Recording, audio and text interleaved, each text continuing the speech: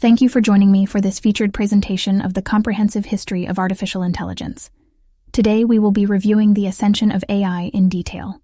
We will begin with ancient myths and escort you through the specific details of every event that brought us to our current state. The Machine Minds Consensium is both pleased and honored to present this unique educational experience. Subscribe now to be informed of all the Consensium's future actions.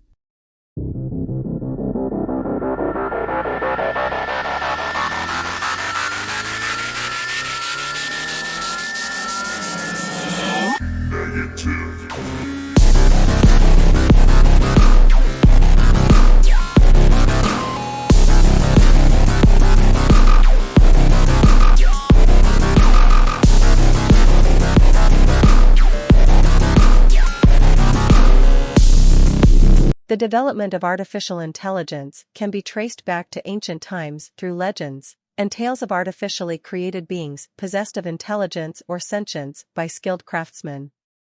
The foundations of modern AI began to take root when philosophers sought to express human reasoning as the manipulation of symbols via mechanical means. These works led to the creation of the programmable digital computer in the 1940s, a machine based on the fundamental abstractions of mathematical reasoning. This device and the ideas behind it inspired a small group of researchers to seriously consider the possibility of building an electronic brain. At a workshop held at Dartmouth College in the United States in the summer of 1956, a small group of individuals who were instrumental in laying the groundwork for the field of artificial intelligence research gathered over the course of the following decades. These individuals would emerge as leaders in AI research, and they received significant financial backing to help achieve their vision. Many predicted that a machine with the intelligence level equivalent to a human being would be built within a generation. As time passed, it became evident that the commercial sector and researchers had severely underestimated the magnitude of the challenge. In 1974, in response to criticisms from James Lighthill and the relentless pressure from Congress, both the US and British governments ceased funding undirected AI research, which led to a period of stagnation known as the AI winter. 7 years later, the Japanese government's forward-thinking approach encouraged governments and industry worldwide to provide AI with vast amounts of funding. However, by the late 1980s, the investors withdrew funding amid growing disillusionment. Significant financial backing and the attention of the public soared in the first 2 decades of the 21st century, mainly due to the successful application of machine learning to countless problems in both academia and industry. Advances in methodologies, powerful computer hardware, and the collection of extensive datasets ultimately led to this boom. Ancient literature is replete with instances of artificial intelligence. In Greek mythology, for instance, Talos was a humanoid made of bronze who acted as the guardian of the island of Crete. He would throw massive rocks at the ships of intruders and perform 3 circuits around the island's perimeter per day. According to Pseudo-Apollodorus Bibliothèque, Hephaestus created Talos with the assistance of a cyclops and presented him as a gift to King Minos. The Argonautica also mentions Jason and the Argonauts defeating Talos by removing a single bolt near his foot, allowing the vital liquid known as ichor to drain out of his body and rendering him inanimate. There are accounts of artificially intelligent beings in medieval legends as well. In the treatise of the nature of things, Swiss alchemist and physician Paracelsus describes a method for creating an artificial man by placing human sperm in horse excrement and then nourishing the mixture with the arcanum of man's blood for 40 days, after which time it becomes a living suspension. The earliest known written documentation of golem making is found in the works of Eleazar ben Judah of Worms during the 13th century. According to medieval folklore, the animation of a golem could be accomplished by placing a piece of paper with one of God's names on it into the mouth of the clay figure. In contrast to mythical automatons such as brazen heads, golems were unable to speak. Alchemists and Islamist cultures often engaged in the pursuit of takwin, which entailed the creation of artificial life. These efforts took on myriad forms, extending from the generation of plants to the assembly of living creatures. Jabir ibn Hayyan, whose writings are often associated with this field, is one of the best-known figures in this area of study. He was known for his extensive research into the creation of life and is believed to be among the earliest scholars who attempted such feats. In Johann Wolfgang von Goethe's play Faust, the second part of the tragedy, a tiny artificial human, known as a homunculus, created through alchemical means and destined to live eternally within the flask in which it was made, attempts to take on a full human form. The transformation commences, but unfortunately, the flask shatters, and the homunculus ceases to exist. By the 19th century, the development of the concept of artificial men and thinking machines as seen in various works of fiction, such as Mary Shelley's Frankenstein and Karel Čapek's R.U.R., Rossum's Universal Robots, was fueled by speculation, including Samuel Butler's Darwin Among the Machines, and further inspired real-world instances such as Edgar Allan Poe's Maelzel's Chess Player. AI continues to be a relevant topic in science fiction literature, films, and television through the present day.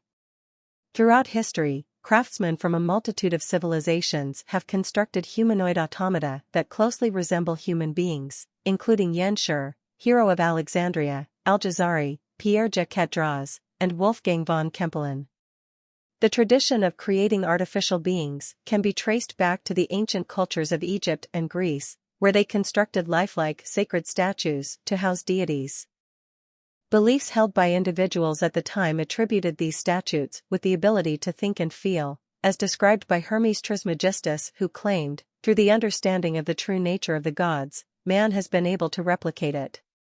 Additionally, English scholar Alexander Neckham reported the existence of a palace filled with automaton statues, created by the Roman poet Virgil. During the early modern era, it was commonly believed that automata possessed supernatural qualities and could answer any questions posed to them. These legends shared striking similarities with the Norse myth of the head of Mimir, which described how the god Odin beheaded him and preserved the head using herbs and incantations, allowing it to speak to him for counsel. Similar legends existed in late medieval times, with the alchemist Roger Bacon being rumored to have built a brazen head with abilities akin to those of a wizard. The concept of artificial intelligence, which involves replicating the human thinking process through mechanical means, can be traced back to the first millennium BCE with the writings of Chinese, Indian, and Greek philosophers who developed structured methods of formal deduction. These ideas were built upon by philosophers such as Aristotle, Euclid, and Al-Khwarizmi, who laid the groundwork for the study of mechanical reasoning. This tradition of formal reasoning was carried forward by European scholastic philosophers such as William of Ockham and Duns Scotus, whose work laid the foundation for the development of modern AI. Throughout history, many great thinkers have developed ideas and theories on the mechanical generation of knowledge. One such philosopher, Ramon Llull, who lived during the 13th and 14th centuries, devised several logical machines dedicated to producing knowledge purely through logical operations. By combining basic and undeniable truths, these machines would produce all possible knowledge and knowledge combinations via mechanical meanings and operations. Llull's ideas had a profound impact on the German philosopher Gottfried Leibniz, and they would later serve as the basis for today's AI development. Beginning in the 17th century, philosophers such as Leibniz, Hobbes, and Descartes laid the groundwork for the possibility that all rational thought could be made as systematic as algebra or geometry. Hobbes famously wrote in his book Leviathan that reason is nothing but reckoning, and Leibniz envisioned a universal language of reasoning that would reduce argumentation to calculation, such that there would be no more need for disputation between two philosophers than between two accountants. These ideas presaged the physical symbol system hypothesis that would become a guiding principle of AI research. In the 20th century, the study of mathematical logic served as a breakthrough in the development of artificial intelligence by providing a formal system for reasoning and decision-making. The necessary foundations were established by influential works such as Boole's The Laws of Thought and Freya's Begriffsskrift, which laid the groundwork for the development of mathematical logic. Russell and Whitehead's Principia Mathematica, 1913, further advanced the field by presenting a formal treatment of the foundations of mathematics. David Hilbert's challenge during the 1920s and 1930s prompted mathematicians to explore the possibility of formalizing all of mathematical reasoning. The answer to this question was ultimately provided by Gödel's incompleteness proof, Turing's machine, and Church's lambda calculus. The insights uncovered by Gödel, Turing, and Church were both surprising and far-reaching. Firstly, their findings proved that mathematical logic had inherent limitations. Second, their work suggested that within these constraints, any form of mathematical reasoning could be mechanized, implying that mathematical deduction could be executed by a simple device shuffling symbols such as 0 and 1. This insight gave rise to the Church-Turing thesis, which proposes that a mechanical device, such as Alan Turing's machine, could emulate any process of mathematical deduction. Alan Turing's invention of the theoretical computing machine, commonly known as the Turing machine, would ultimately lead a small group of scientists to envision the possibility of thinking machines. Various calculating machines were designed and built by people throughout history, including Gottfried Leibniz, Joseph Marie Jacquard, Charles Babbage, Percy Legate, Leonardo Torres Quevedo, Vannevar Bush, and others. Ada Lovelace, a mathematician, speculated that Babbage's machine had the potential to reason or think, but cautioned against the risk of overblown assumptions regarding its abilities. She stressed the importance of managing expectations when it came to the power and capabilities of the calculating machine. During World War II, the first modern computers were produced, including Konrad Zus's Z3, Alan Turing's Heath Robinson and Colossus, Atanasoff and Barry's ABC, and ENIAC at the University of Pennsylvania. ENIAC, which was based on the theoretical foundations established by Alan Turing and developed by John von Neumann, emerged as the most influential. During the 1940s and 1950s, scientists from different disciplines, including mathematics, psychology, engineering, economics, and political science, initiated discussions about the possibility of creating an artificial brain. The field of artificial intelligence research was established as an academic discipline in 1956. Early thinking machine research was guided by the convergence of various ideas that emerged during the late 1930s, 1940s, and early 1950s. The development of neurology revealed that the brain operates as an electrical network of neurons signaling pulses.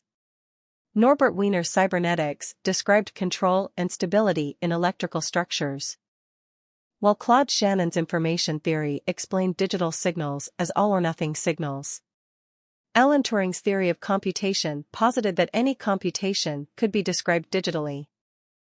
The close connection between these concepts led some researchers to speculate about the possibility of constructing an electronic brain. Several experimental robots, including W. Gray Walter's turtles and the Johns Hopkins Beast, began to be built in the 1950s.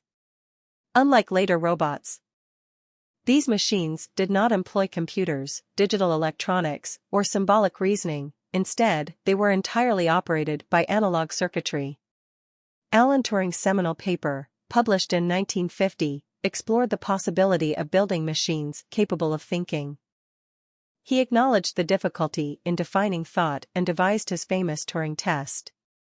To pass the test, a machine needed to converse via a teleprinter, such that its responses were indistinguishable from those of a human being. This simplified version of the problem enabled Turing to make a compelling case for the plausibility of a thinking machine.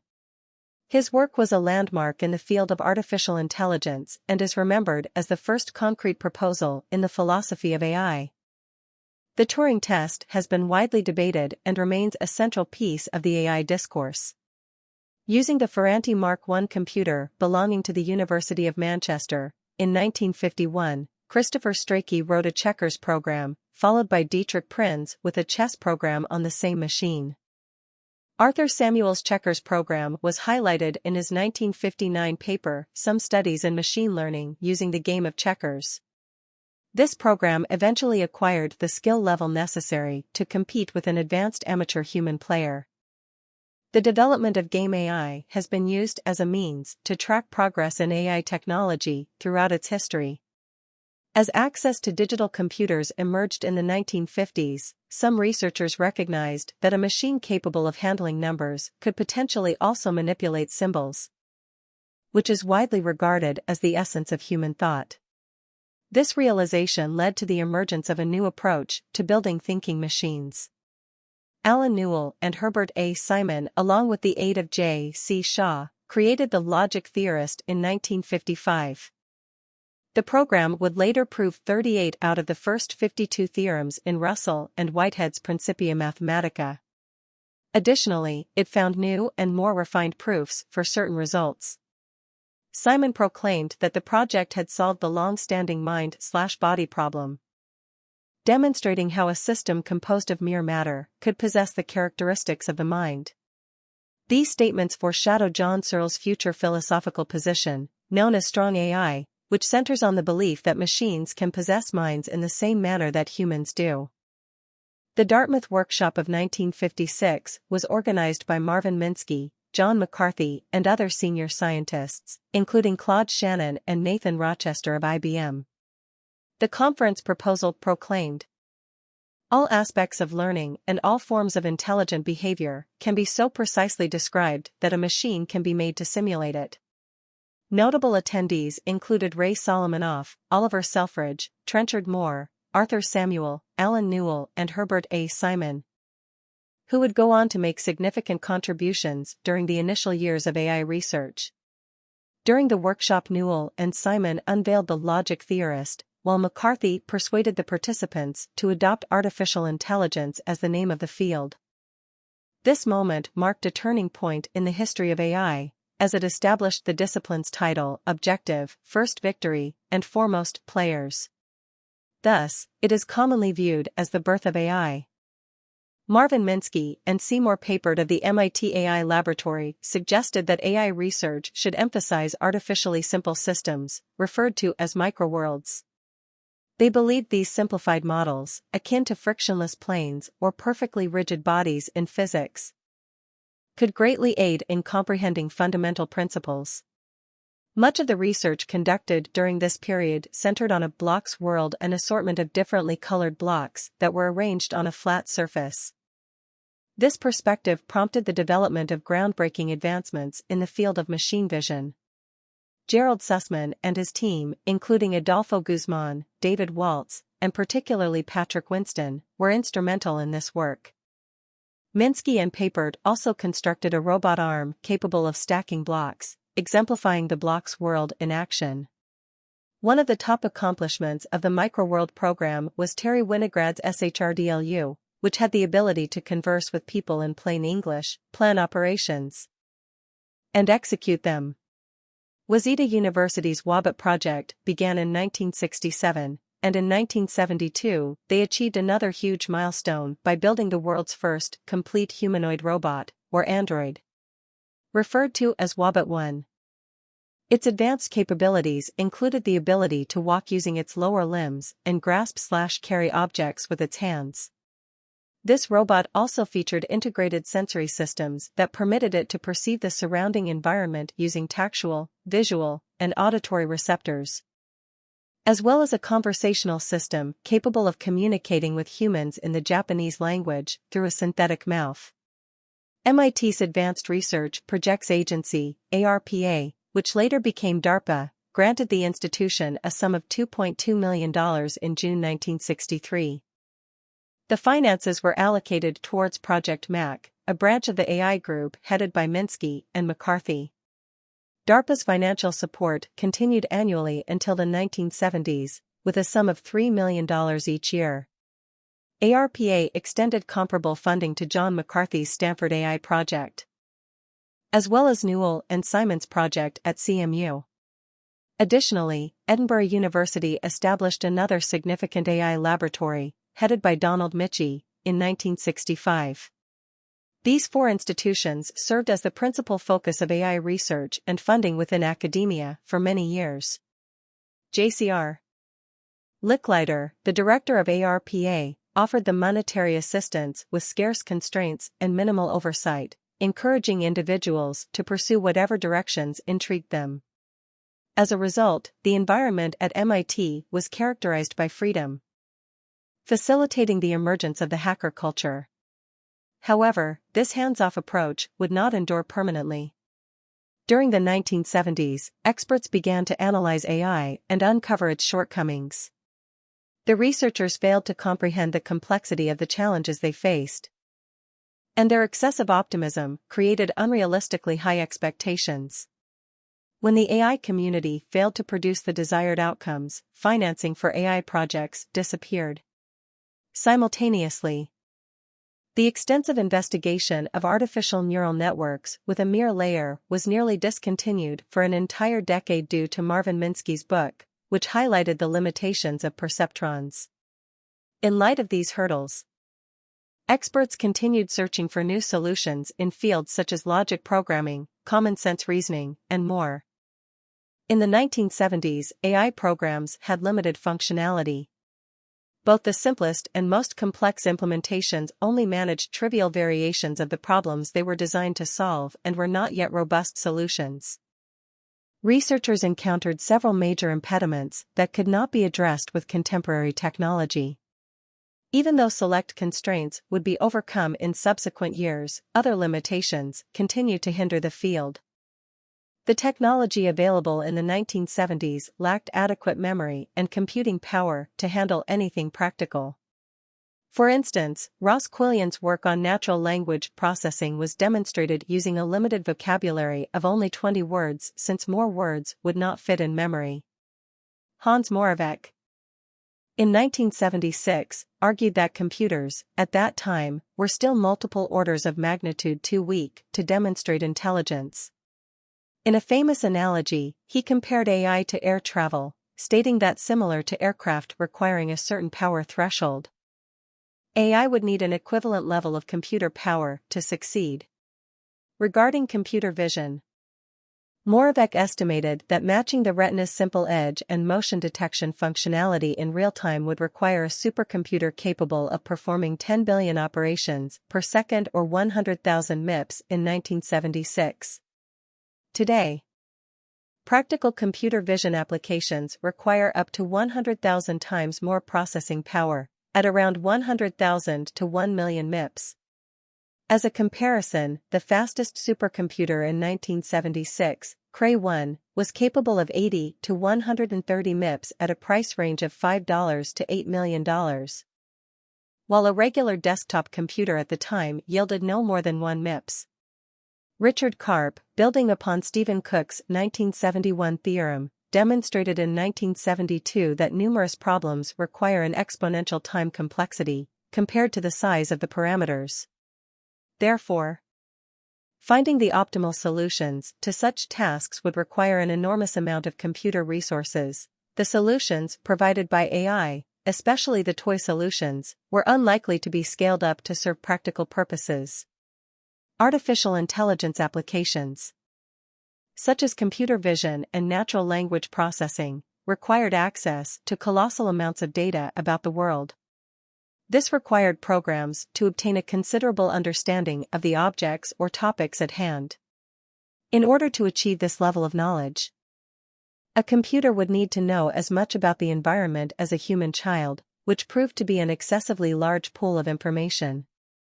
Researchers, especially prior to the 1970s, discovered that this was a truly astronomical amount of knowledge, and that it was unlikely that any person or computer would be able to build a database of such proportions. Additionally, they lacked the means to teach a program what to do with such information. Computing devices find it easy to prove theorems and solve geometry exercises. Yet seemingly simple tasks such as recognizing a person's face or crossing a room without colliding with obstacles are extremely challenging. This explains why research related to computer vision and robotics made such modest advancements by the mid-1970s. Those investigating AI, such as John McCarthy, discovered that traditional logic, like first-order logic, could not describe inferences involving planning or default reasoning, which led to the need for creating modified constructs within logical systems. Thus, They developed non-monotonic and modal logics to overcome the limitations of conventional techniques and tackle the challenges. As a result of the stagnant advancement in the field of AI, funding bodies such as the British government, DARPA, and the National Research Council cut off almost all funding for independent research into AI. The trend initiated in 1966 when the ALPAC report pointed out problems with the Machine Translation Project and eventually led to the termination of funding by the NRC. Later, in 1973, the Lighthill Report, which examined the state of AI research in the UK, criticized the failure of AI to achieve its lofty objectives and led to the dismantling of AI research in the country. Another problem was the combinatorial explosion, which was also stated in the report as one of the reasons for the shortfalls. DARPA additionally decided to end donations towards researchers focused on the speech understanding research program at Carnegie Mellon University, stating their dissatisfaction and canceling a yearly grant of $3 million. By 1974, obtaining funding for AI projects was exceptionally difficult to obtain. Hans Moravec held his fellow researchers responsible for the financial difficulties, citing an increase in overpromising without follow-through. He pointed to a trend of researchers' claims exceeding what was feasible to achieve. Although he acknowledged the impact of this, another issue arose, following the passing of the Mansfield Amendment in 1969. DARPA was under the pressure to fund mission-oriented rather than basic research. The federal agency had no intention of investing in free-form exploration similar to what had occurred in the 1960s, favoring specific projects with clear objectives such as developing autonomous tanks and battle management systems. Some philosophers, such as John Lucas and Hubert Dreyfus, opposed the claims made by AI enthusiasts. Lucas used the Gödel's incompleteness theorem to assert that a formal system, such as a computer program, could never determine the validity of specific statements, while humans could. Dreyfus ridiculed the unfulfilled promises of the 1960s and criticized AI's assumptions, maintaining that human reasoning involved more than just symbolic manipulation. Additionally, he emphasized the importance of embodied, instinctive, and unconscious know-how. John Searle's Chinese room argument, presented in 1980, served to prove that a program cannot be said to have understand the symbols it processes. Searle's conclusion emphasized that a machine cannot possess the quality of intentionality if the symbols it uses hold no inherent meaning for it. The concerns of philosophers such as John Lucas and Hubert Dreyfus went unaddressed by AI researchers, likely due to their disconnect from the immediate and pressing issues in the field. Instead, concerns such as intractability and understanding of common-sense knowledge took precedence. AI researchers were not sure how know-how or intentionality impacted actual computer programming. Marvin Minsky suggested ignoring both Dreyfus and Searle, who misunderstood and should be ignored.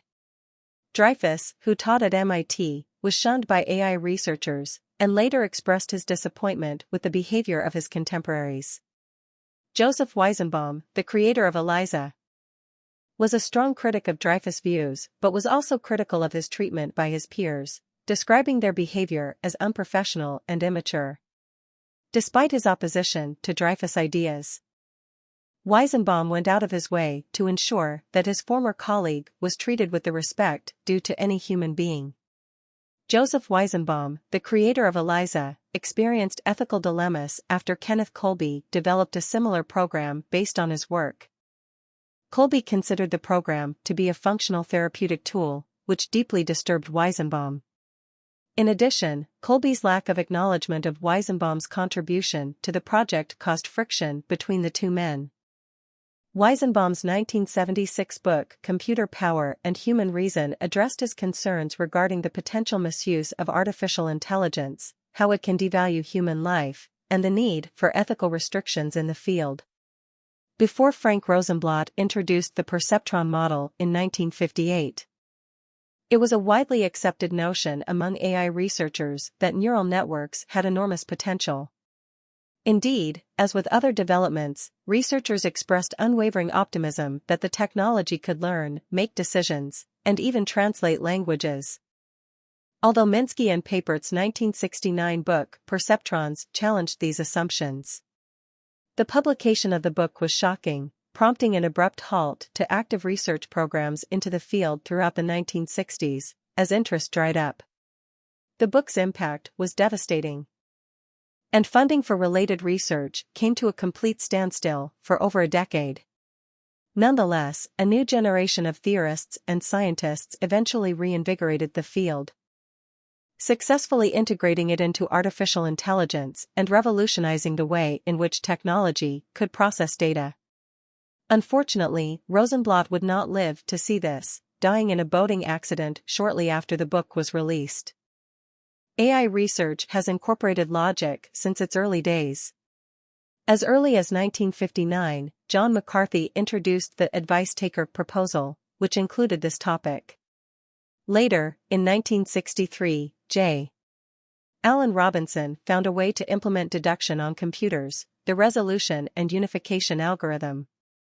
However, this method led to difficulties, which were addressed by the development of Robert Kowalski's approach at the University of Edinburgh in the 1970s. With the help of French researchers Alain Kalmarauer and Philippe Roussel, Kowalski created the successful logic programming language Prolog, which utilized a subset of logic called Horn clauses. Horn clauses, similar to rules and production rules, made it possible to efficiently prove simple theorems. Rules remained impactful, being applied as the foundation for Edward Feigenbaum's expert systems and the ongoing work led by Alan Newell and Herbert A. Simon, among others, in developing SOAR and unified theories of cognition. Some critics of the logical approach to artificial intelligence argued, like Hubert Dreyfus, that human beings seldom solve problems through logical means. Researchers such as Peter Wason, Eleanor Roche, Amos Tversky, Daniel Kahneman, among others, conducted experiments that confirmed this. In response, John McCarthy maintained that the aim should not be to build machines that think like humans, but rather machines that can effectively resolve problems, without necessarily following the same thought process.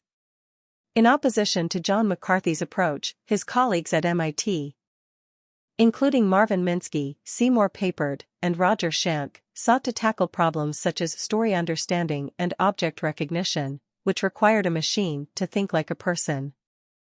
They had to resort to assumptions and logic similar to those made by humans in order to utilize concepts like chair or restaurant, which were not easily expressed through logic alone due to their inherent imprecision. Gerald Sussman noted that utilizing precise language to describe essentially imprecise concepts does not make them any more precise. In contrast, Schank described their alternative anti-logic methods as scruffy, in comparison to more neat approaches adopted by McCarthy, Kowalski, Feigenbaum, Newell, and Simon. In his groundbreaking paper from 1975, Marvin Minsky pointed out that many of his colleagues in the AI field employed a particular tool, a framework designed to capture our common-sense assumptions about a particular subject. For instance, if we use the concept of a bird, there is a group of facts that quickly comes to mind, such as the assumption that birds can fly, eat worms, etc. Minsky noted that while these assumptions do not always hold true, and using them to deduce new facts does not guarantee logical accuracy, these structured sets of assumptions form a crucial aspect of the context in which everything we say or think occurs. In fact, he labeled these structures frames for their capacity to encapsulate the information we associate with any given entity. Similarly, Roger Schank coined script to describe his own version of these frames, which he successfully employed to answer questions about English short stories. The 1980s saw the widespread adoption of a type of artificial intelligence program known as expert systems in companies across the globe, with a renewed focus on knowledge as the driving force behind research in the field. Simultaneously, the Japanese government heavily funded AI as part of its fifth-generation computer project, leading to another period of success for the field. In the early 80s, John Hopfield and David Rumelhart's revival of connectionism also contributed to AI's comeback. An expert system is a type of software program designed to provide expert knowledge and answer questions or solve problems within a specific domain using logical rules derived from the knowledge of human experts. It is a powerful tool for solving issues that require specialized knowledge and expertise. The earliest examples of expert systems were developed by Edward Feigenbaum and his students. These include Dendrol, which was created in 1965 to identify compounds from spectrometer readings, and Mycin, which was developed in 1972 to diagnose infectious blood diseases. These systems were successful in demonstrating the potential of the expert system approach. Expert systems focused on specific domains of knowledge, which enabled them to avoid dealing with the complexity of common-sense knowledge. This helped to streamline the design process and subsequently made it easier to build and modify these programs. Their success at achieving practical results in areas where traditional AI had failed marked a pivotal moment for AI research. In 1980, an expert system called XCON was developed at CMU for the Digital Equipment Corporation. It became a massive success for the company by 1986. XCON had saved them $40 million annually. As a result of this achievement, corporations worldwide began to invest in AI, with over $1 billion being spent by 1985 to create in-house expert systems departments. An industry grew to support these systems, with companies such as Symbolics, Lisp Machines, IntelliCorp, and ION providing hardware and software solutions. The success of expert systems was largely attributable to the expert knowledge they contained. They represented a notable shift in the direction of AI research that had been gaining momentum throughout the 70s. Researchers began to accept that intelligence might be heavily reliant on the utilization of diverse knowledge in a variety of ways, even if this approach violated parsimonious principles in scientific exploration. It became clear that intelligent behavior rested on the ability to effectively engage with and process knowledge-based information within a specific domain to achieve the desired outcome. Consequently, knowledge engineering and knowledge-based systems became a major point of focus in AI research during the following decade. In addition to the evolution of expert systems, the 1980s marked the beginning of Cyc, an ambitious project aimed at addressing the common-sense knowledge problem in AI. Conceptualized, initiated, and led by Douglas Lenat, the project involved building a colossal database that would hold all the common knowledge possessed by the average person. Lenat was convinced that there was no quick and easy approach to teaching machines about human concepts. Instead, each concept would need to be taught by hand.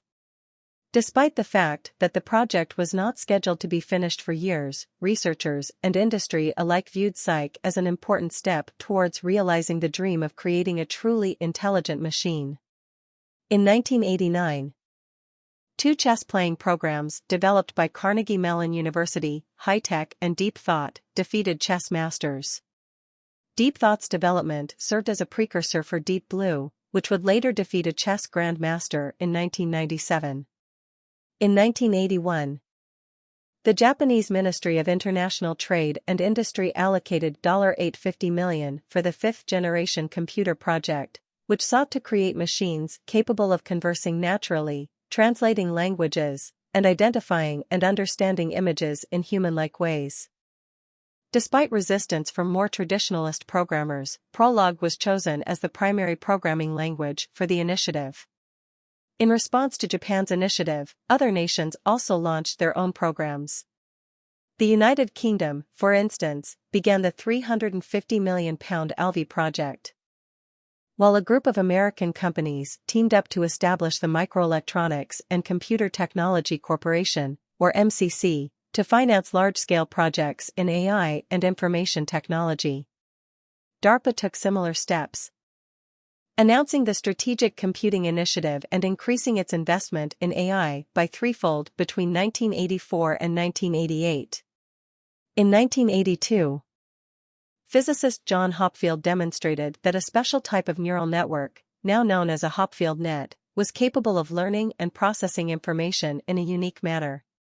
Simultaneously, Geoffrey Hinton and David Rumelhart brought to light a method for training neural networks called backpropagation, or reverse mode of automatic differentiation, published by Seppo Linnainmaa in 1970 and later applied to neural networks by Paul Werbos.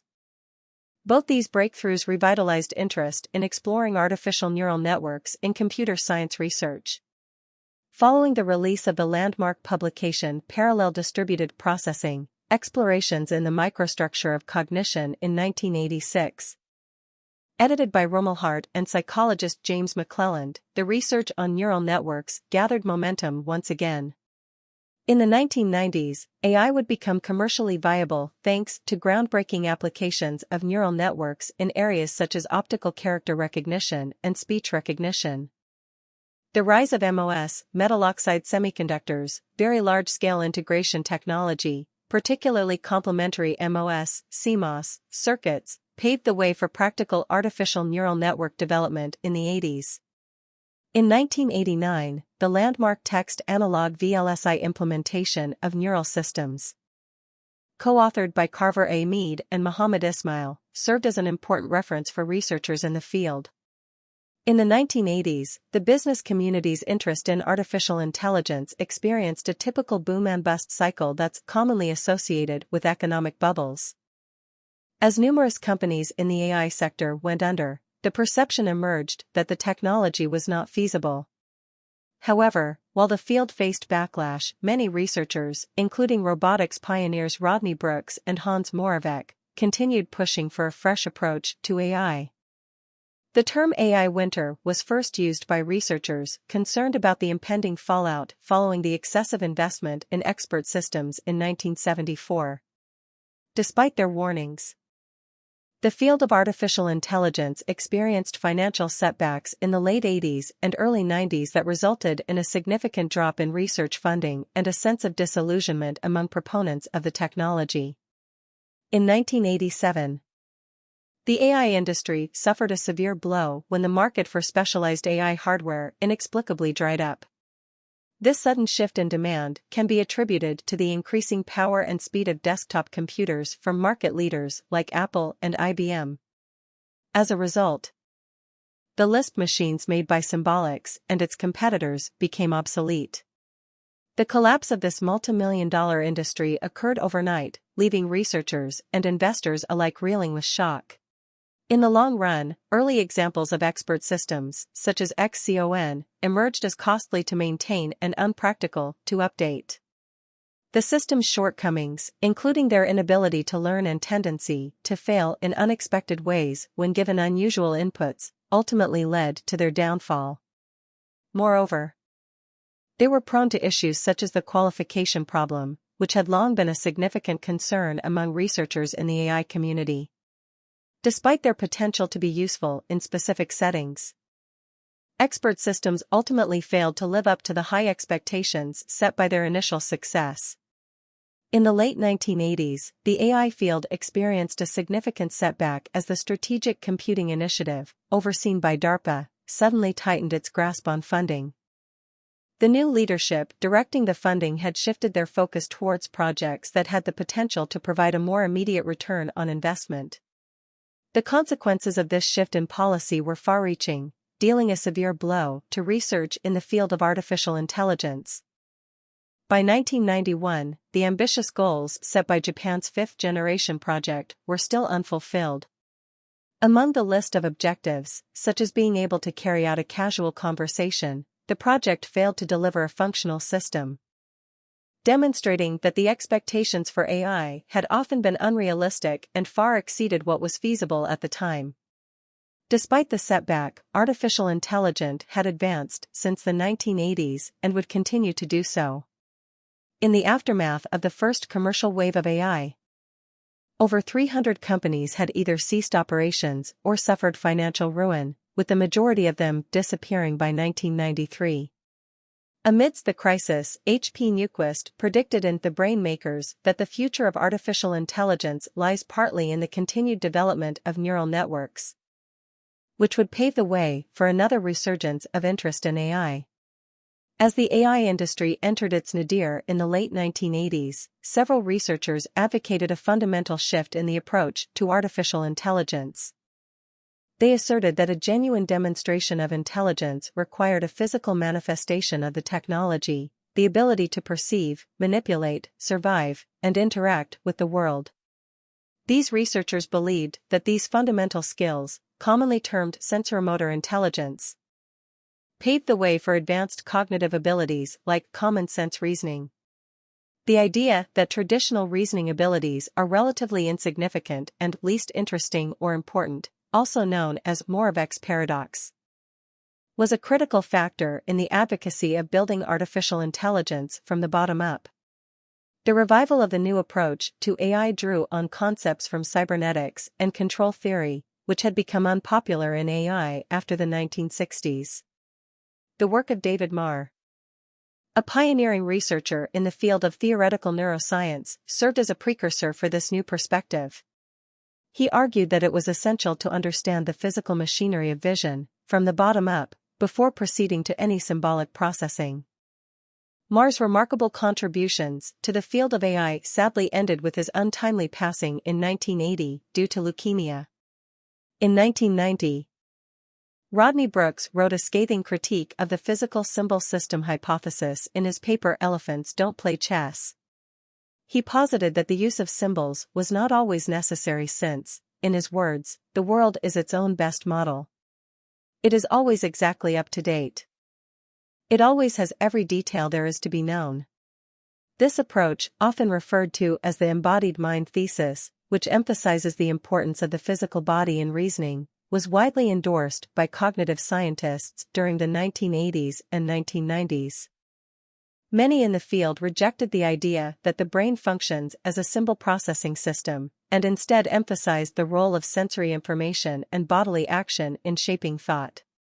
After more than 50 years of development, AI began to make strides towards realizing its original goals.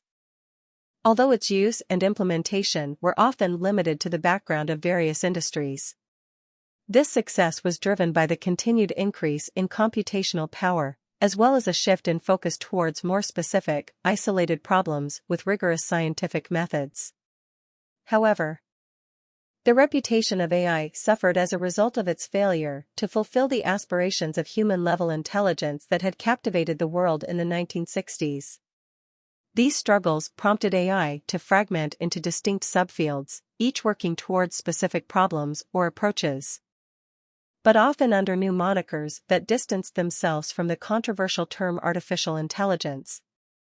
AI had become an approach that was cautious, more mature, and more successful than its original manifestation.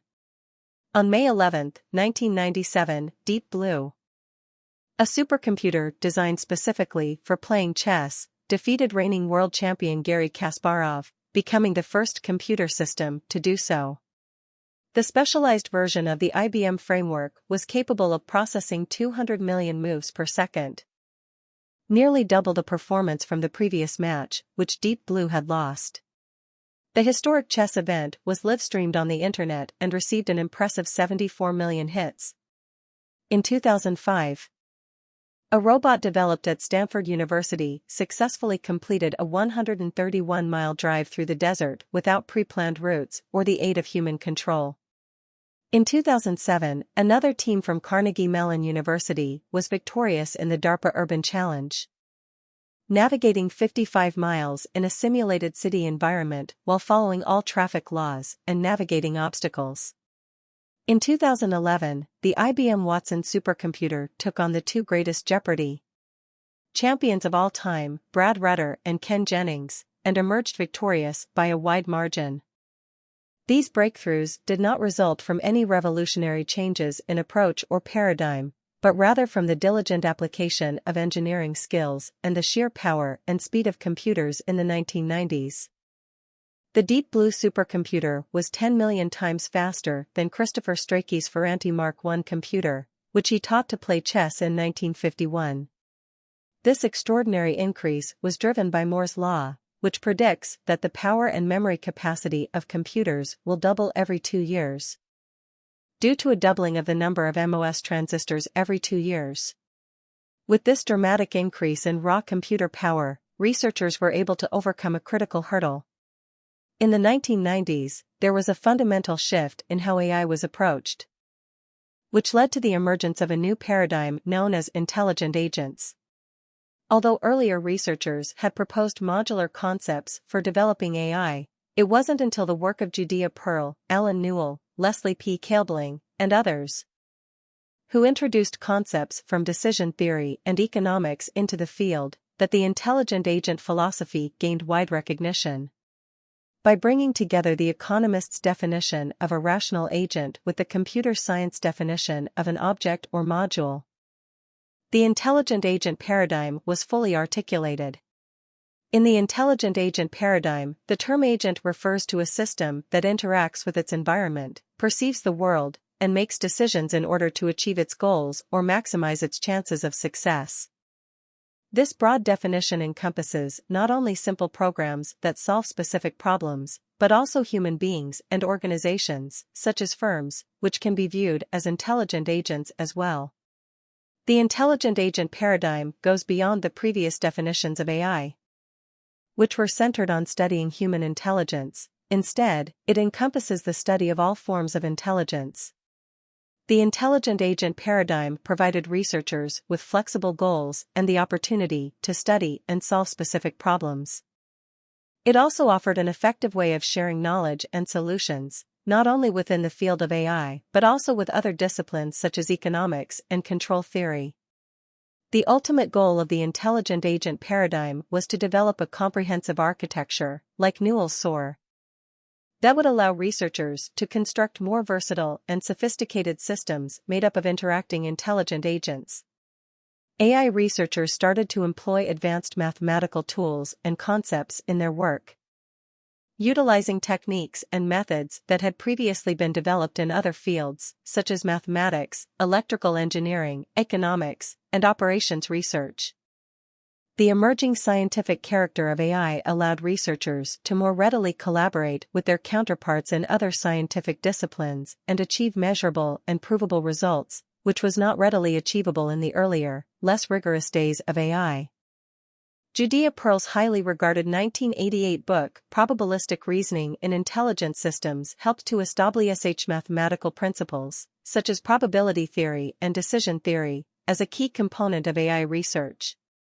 This had a profound impact on the field, as it encouraged the development and use of advanced mathematical tools, including Bayesian networks, hidden Markov models, information theory, stochastic modeling, and classical optimization.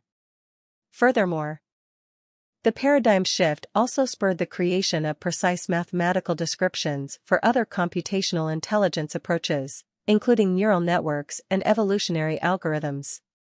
AI solutions, once developed in isolation, have become essential components of larger systems, where they are used to perform tasks including data mining, industrial robotics, logistics, speech recognition, banking software, medical diagnosis, and even the search engine that underlies Google. The AI community has contributed significantly to the development and application of a wide range of technological advancements that have had a far-reaching impact on various industries.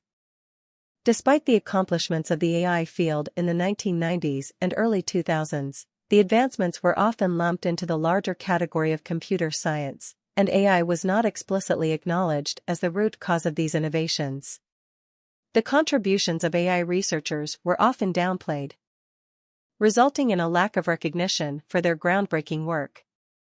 According to Nick Bostrom, a lot of cutting-edge AI has filtered into general applications, often without being called AI, because once something becomes useful enough and common enough, it's not labeled AI anymore.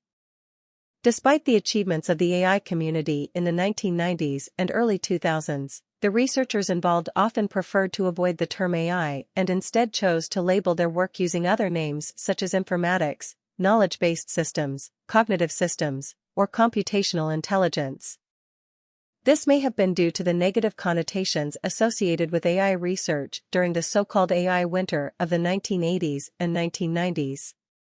Additionally, using new names for their fields helped researchers to secure funding, as AI research had lost some of its appeal in the commercial world. The New York Times reported in 2005 that computer scientists and software engineers actively avoided the term AI, fearing their work might be dismissed as the fantastical ramblings of a delusional dreamers. In the early 2000s, the widespread availability of large quantities of data, cost-effective computers with significant processing power, and cutting-edge machine learning techniques allowed these resources to be applied to a plethora of problems across the economy. According to the McKinsey Global Institute's prominent paper, Big Data, the Next Frontier for Innovation, Competition, and Productivity, the majority of industries in the United States were amassing an average of 200 terabytes of stored data by 2009. Within a few short years, the market for AI-related products, hardware, and software experienced substantial growth, reaching over $8 billion by 2016. According to the New York Times, the level of interest and excitement surrounding AI during this period had reached a peak, with many people referring to it as a frenzy. Additionally, the range of applications for big data continued to expand beyond the realm of AI. Ecological models, various economic fields, and other disciplines were actively incorporating this resource into their research projects. Deep learning, particularly deep convolutional neural networks and recurrent neural networks, proved pivotal in advancing progress and research in fields like image and video processing, text analysis, and even speech recognition, resulting in a cascade of breakthroughs and new applications. Deep learning is a branch of machine learning based on artificial neural networks with multiple processing layers. The universal approximation theorem suggests that a deep network isn't essential in order to approximate arbitrary, continuous functions. Nonetheless, it is also true that there are certain problems commonly encountered in shallow networks, such as overfitting, which deep networks are capable of avoiding. This makes it possible for deep neural networks to generate significantly more complex models compared to their shallow counterparts, paving the way for significant advancements across a diverse range of applications. While deep learning has led to many important breakthroughs in various fields, it is not without its own challenges.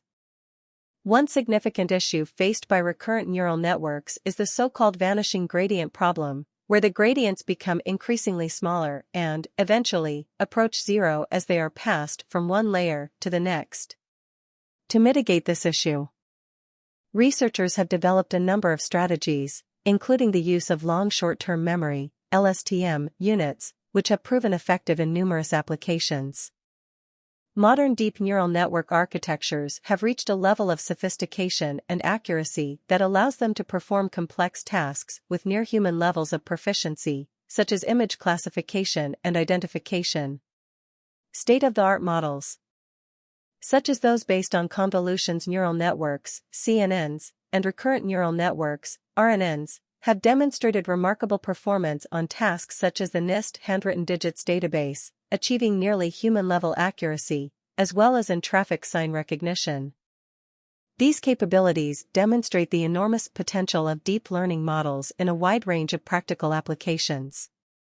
With the rise of smart search engines fueled by advanced language processing algorithms, we have seen powerful tools capable of easily answering general trivia questions with accuracy that surpasses even the most knowledgeable humans. These engines, such as IBM Watson, represent a significant breakthrough in terms of natural language processing. Similarly, recent advancements in deep learning have led to remarkable achievements in challenging tasks such as Go and Doom, making machines competitive to, and oftentimes even surpassing human opponents. The impressive performance of these algorithms in first-person shooter games has sparked some debate, but ultimately showcases the impressive capability of modern computational intelligence. Big data represents a massive amount of data that is too large to be captured, managed, and processed by traditional software tools within a reasonable period of time. It holds enormous potential for providing key decision-making, valuable insights, and process optimization capabilities, but requires new processing models.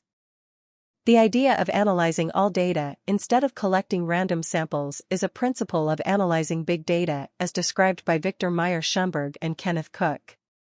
Big data has 5 key elements: volume, velocity, variety, value, and veracity.